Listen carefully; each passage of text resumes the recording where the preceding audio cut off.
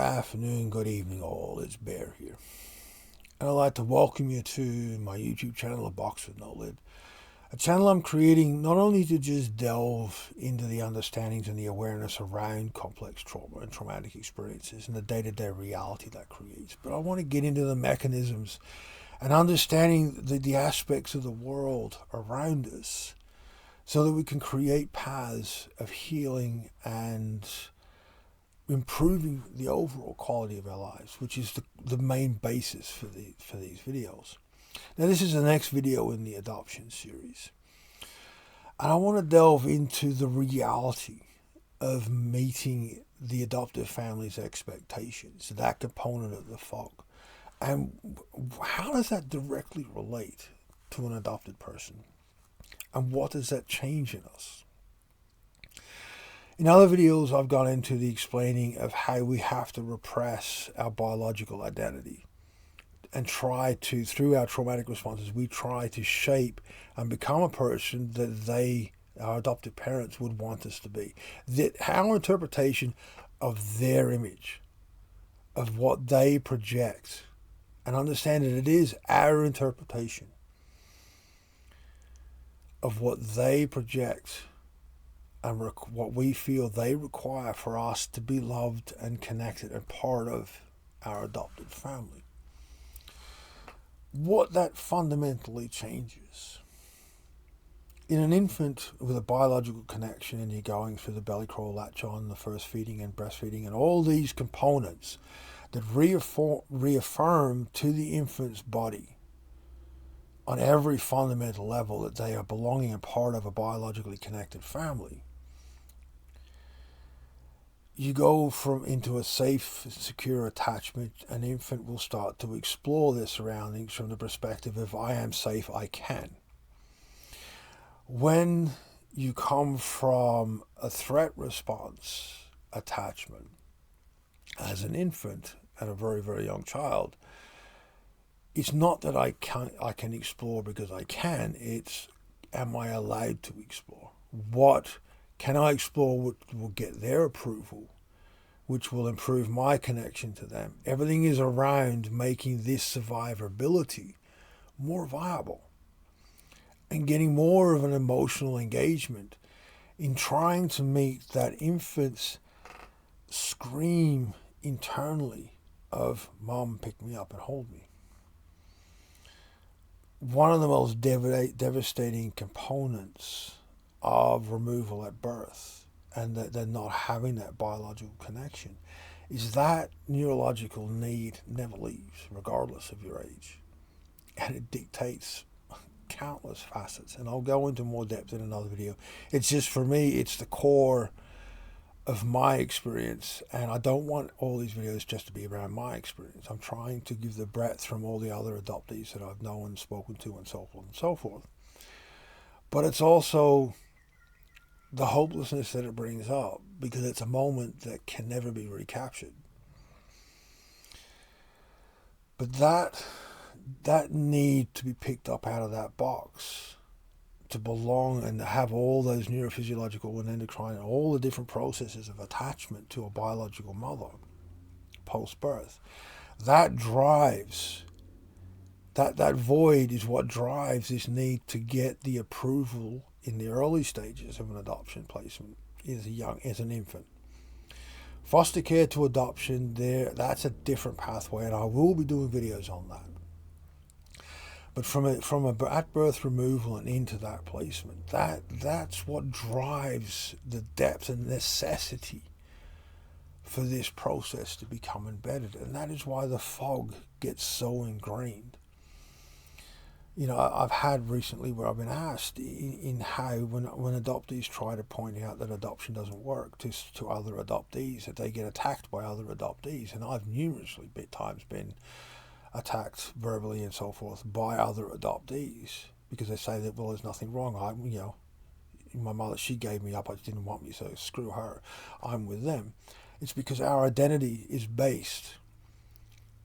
learned from the construction we have of how we are going to be part of the adoptive family.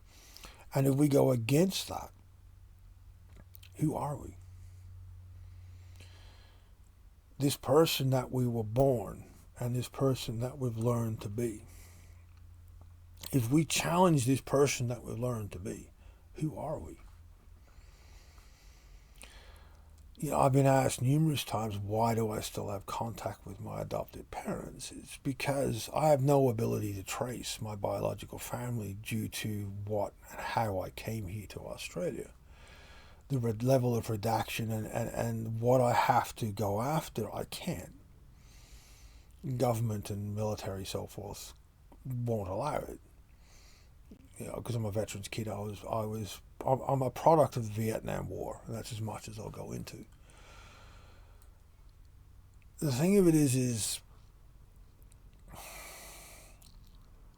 when you start to really understand the fog and what it creates, and this person that it creates, when you try to challenge that person, who are you? If you've got biological family and you've had a positive reunion, which is rare, yes, you can go back to that. But as the majority of reunions don't really work out or take so many years to get past a hell of a lot of complexity and hurdles. So who are you? How do you learn that fundamental person that you were born to be, that was taken when you were removed and had to, through a responsive desire of trying to create a connection, connect to an adoptive family? That, in a nutshell, is the reality of meeting the expectations. Now, in another video, I'll go into those expectations and the belief systems of the adoptive parents and how that relates. But I first wanted to get that real depth of understanding, even with adoptees. The reason this is so hard is, as I said, if we challenge the person we've learned to become to be part of the adopted family, then who are we? And when the fog collapses, that is where the problem lies, is who are we?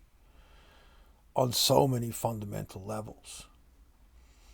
And that's a question that is not easily answered and takes a long time and a lot of understanding and a lot of support. Again, why I make these videos, the awareness aspect. If you're around an adoptee in a relationship or friendship or whatever, and their fog is collapsing, or they're at this point where the dysfunctionality with their adoptive family gets to a degree that they can't function, we need to be supported in ways of finding and learning who we are from an infant to an adult. It's not going, you're a great person in these words, because they don't have a base. We need to fundamentally go back and learn the fundamentals of who we are.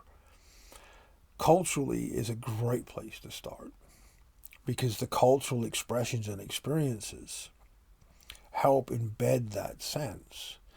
Like, I know when I attended my first powwow, when I first Inipi, first sweat lodges, and all these different experiences, when I went back to the States and when I went to Canada to try to find family, and to find those examples, to expose myself to experiences of both my parents' cultures. That helped ground a little more in who I am and what I would have been had I been raised by my biological family. It's a start. It's far from perfect and it's far from fulfillment, but it's a start. It's also why when we start to find our ancestral cultures, we go a little overboard. When I first found out in my 20s of my biological ancestry, when I, applied for pre-adoption certificates and started doing all the tracing stuff in my late teens and early 20s, and I found the native aspects, I did go a little over the top. But that's because that's the first interaction with a biological family, even though there was no biological family there. It's that same need and desire. And that's again why it is so hard to challenge the fog. And why adoptees defend the fog is because of what's involved in going after changing the fog. And if the fog collapses, you don't have a choice. But that is, I guess, in a nutshell, the price tag of when we fulfill and constantly try to fulfill the expectations, our interpretations of the expectations of the adoptive family. So as always, I love you guys' comments and feedback. Please be mindful, please be safe, be respectful, and I'll see you next time. Hope.